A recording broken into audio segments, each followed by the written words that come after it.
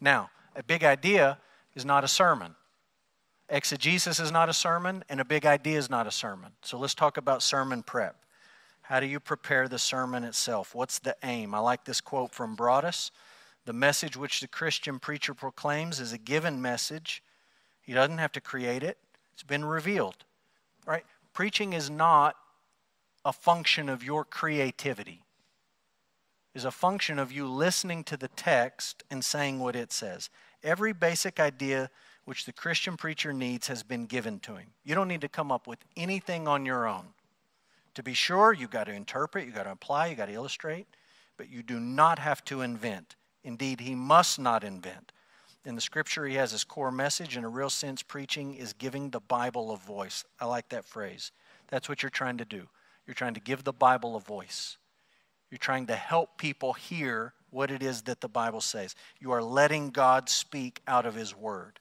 Doesn't mean that everything that comes out of your mouth is inspired, but it means that your goal is to say only things that God has inspired in his word to communicate the truth of the text.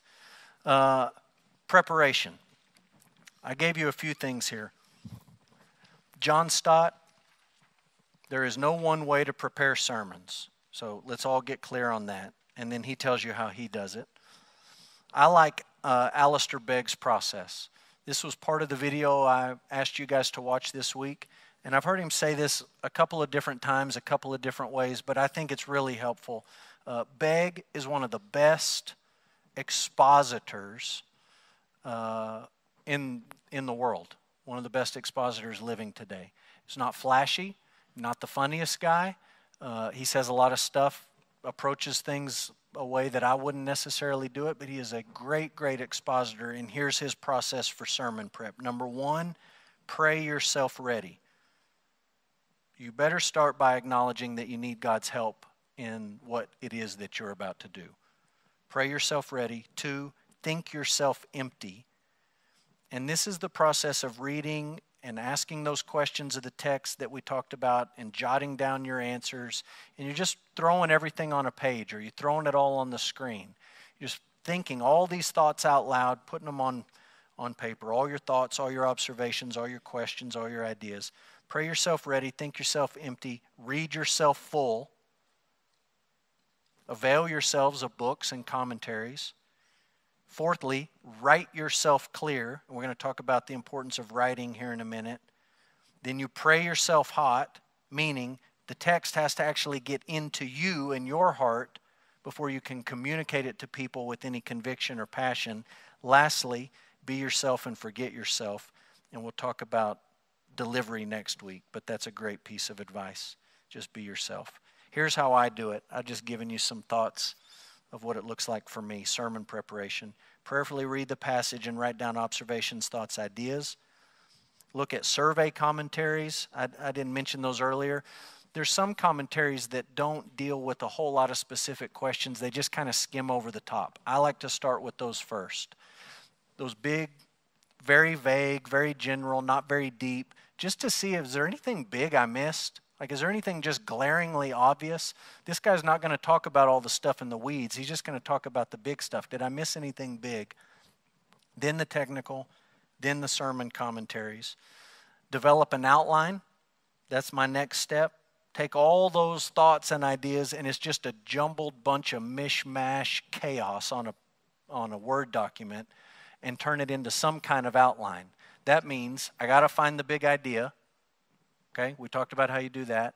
And then I got to figure out, what does the text say about the big idea? That's your outline. It's not rocket science. What's the subject?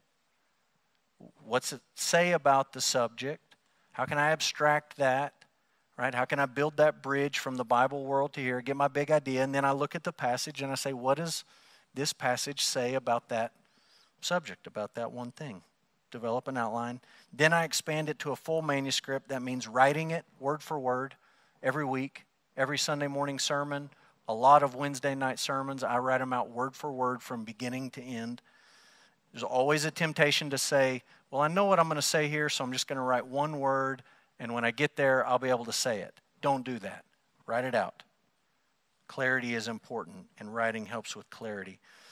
Then I take my manuscript and I reduce it back to notes that fit in my Bible. I always have just a one-page front and back notes in my Bible on Sunday morning, and then study on Saturday night and Sunday morning before I preach. We'll talk about delivery next week. Here's the important parts of sermon prep. I just want you to think about some of these things. Number one, writing. I really, really think this is an important part of sermon preparation. Spurgeon, the Prince of Preachers, had a Bible college, a preaching college, where he trained people how to preach. And his advice to his students, he didn't always do this, but his advice to his students was, you need to write your sermons out the first 5 years that you preach minimum. Word for word, manuscript it beginning to end.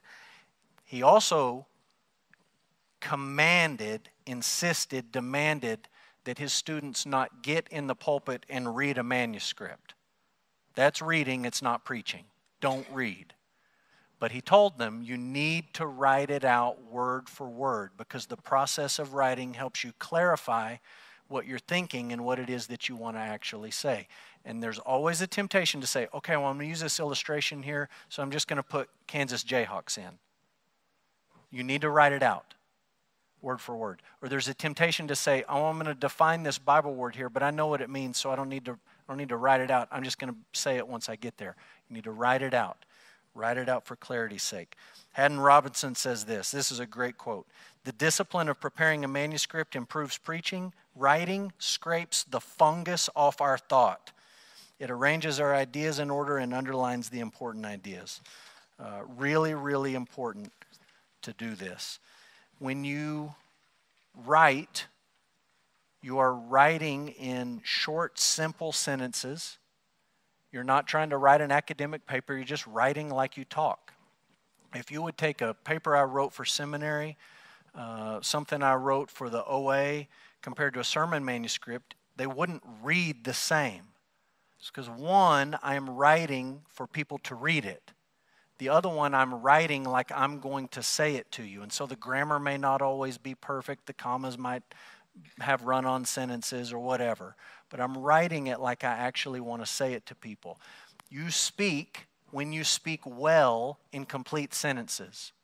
When you listen to people on TV or the radio and you can't follow them, it's because they start one sentence and they trail off and they talk about something else and they loop back and they don't ever finish a thought. When you write clearly or you speak clearly, you write in complete sentences. You arrange those sentences into paragraphs that are united around some theme, and then the paragraphs have movement one to another. You don't speak in bullet points, because if you write your manuscript in bullet points, you're going to preach in bullet points. So you write it in complete sentences-ish that make sense to you as you would speak it. You write them in paragraphs. That's an important part of the preparation process, the sermon prep process. Secondly, I want you to think about introductions. Introductions. You guys will notice this week we're back in the Gospel of John. I take a twofold approach to introductions. I like to begin with some contextual stuff that people need to know to make sense of what's coming. And that's a good place to sort of say, hey, there's a rabbit trail here. We're not going down it, but it's there. And if you want to go down it, you can go down it. Or that's a good place to say, look, this is a narrative, okay? Gospel of John is a narrative. You need to know the characters. You need to know the setting. You need to know the plot. So if I think as the preacher that you may be unclear on some of those things, let's get them straight on the front end so that once we actually jump in, we're all on the same page. You'll also notice that once we jump in, I usually give an introduction of some kind, some sort of little illustration just to try to grab somebody's attention, to get them thinking. And I like what Broadus says about the qualities of a good introduction. Okay? Number one, please make it related to the sermon. Is not the place, I tell the staff guys this all the time. The introduction of your sermon is not the place to say, well, I'm sorry you have to listen to me. Landon's out of town, but I'm kind of like, you just ruined the whole sermon if you say that. That's not what the introduction of the sermon is for. Don't say that. It's not the point to stand up and say, well, I heard a really funny dad joke, and I think people will appreciate it. It really doesn't have anything to do with the sermon, but it might make them laugh, and if they laugh, they'll like me. That's That's not the point of the introduction at all. Make it related to the sermon. Secondly, make it a single thought, right? Easy to understand, directly applicable to what you're about to say. I'll confess to you, I broke this rule a few weeks ago in Sunday school. I was doing my Sunday school prep, and the lesson I thought was garbage, and so I was kind of doing my own thing.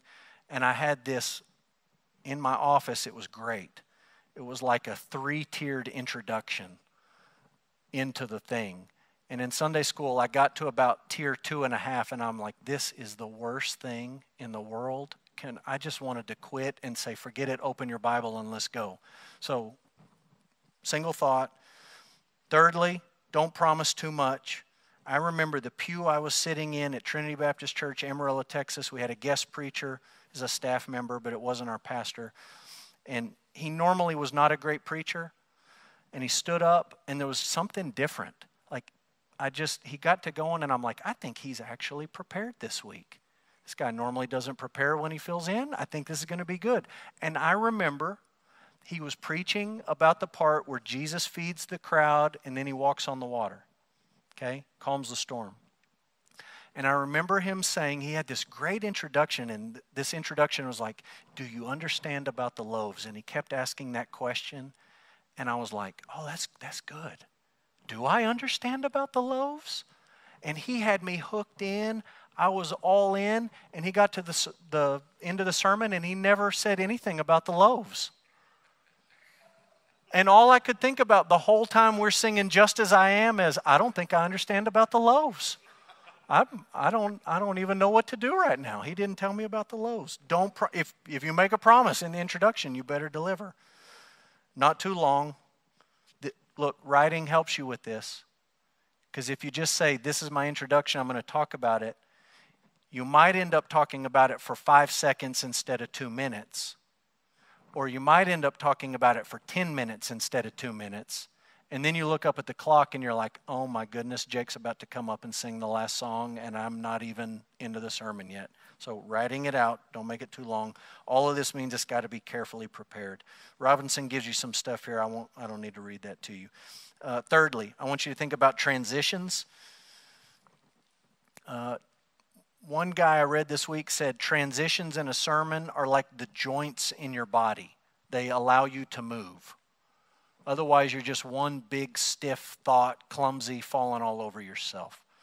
Most preachers are not skilled enough orators to wing it on transitions.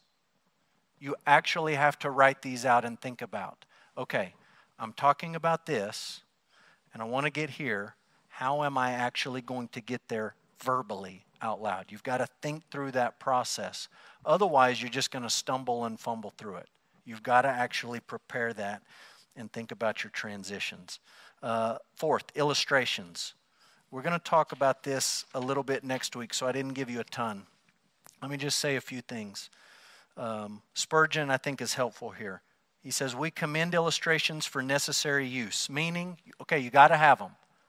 Got to have illustrations.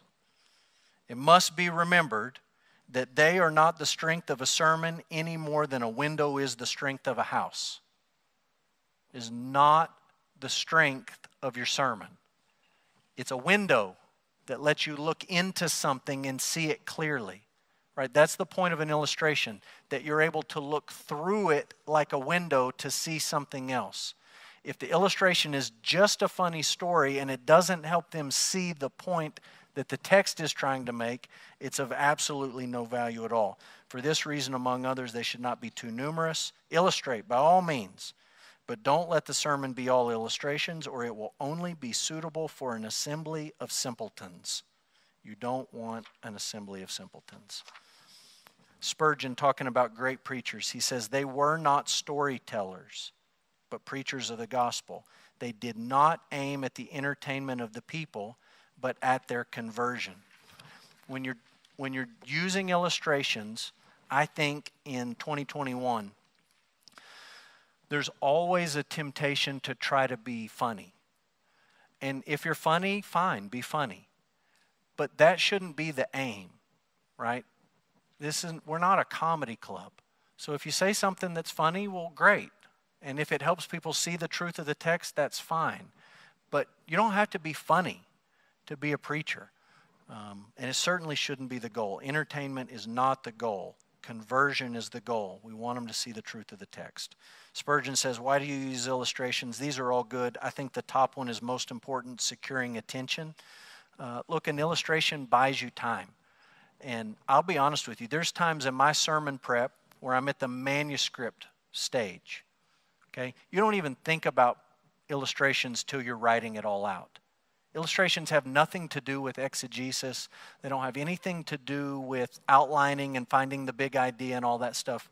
It's completely irrelevant. When you get to the point of taking an outline, big idea and what the text says about the big idea, and you're filling it out in a manuscript, then you're starting to think about illustrations. And there's times where I look at my computer screen and I think, I got 3 paragraphs of nothing but theology.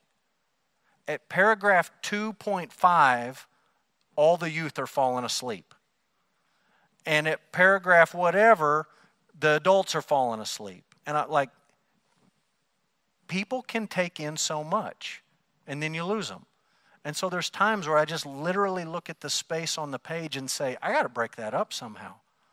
It's not that I just want to throw in a joke or a funny story or some historical thing, but I know, look, if I can break that up right there and split it up, I get their attention back right here. And if I get their attention back right here, I might have it for another 5-10 minutes to make my actual point. It's not the structure of the sermon, but it's something you're looking through to get to your main point or your supporting points. Okay, so we'll talk more about illustrations next week. Conclusions. Number 5.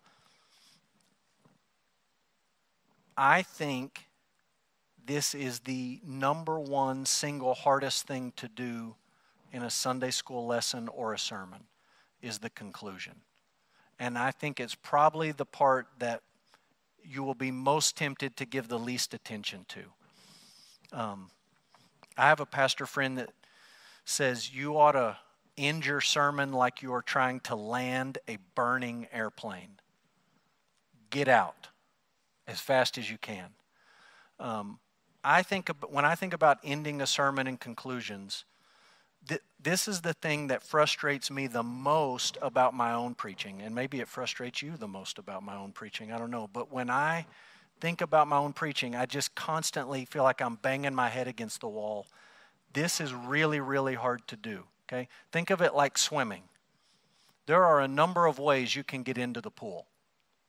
You can dive gracefully, and everyone can give you a nice golf clap. You can cannonball and get everyone wet and shock them, but you've got their attention. You can do the 7th grade boy belly flop and do something funny and everyone laughs at you. But once you're in the pool, you're in the pool. Getting out of the pool gracefully and quickly is harder. And it's that same way with preaching. There's a lot of different ways to get in. You can get in with a splash. You can get in with an insightful anecdote. You can get in with some humor or whatever. But it's really, really hard to get out and to think about it. So I'm just giving you a few things to think about here. The purpose of your conclusion is to conclude, not merely to stop. Your conclusion should be more than a swipe at getting out of an awkward situation.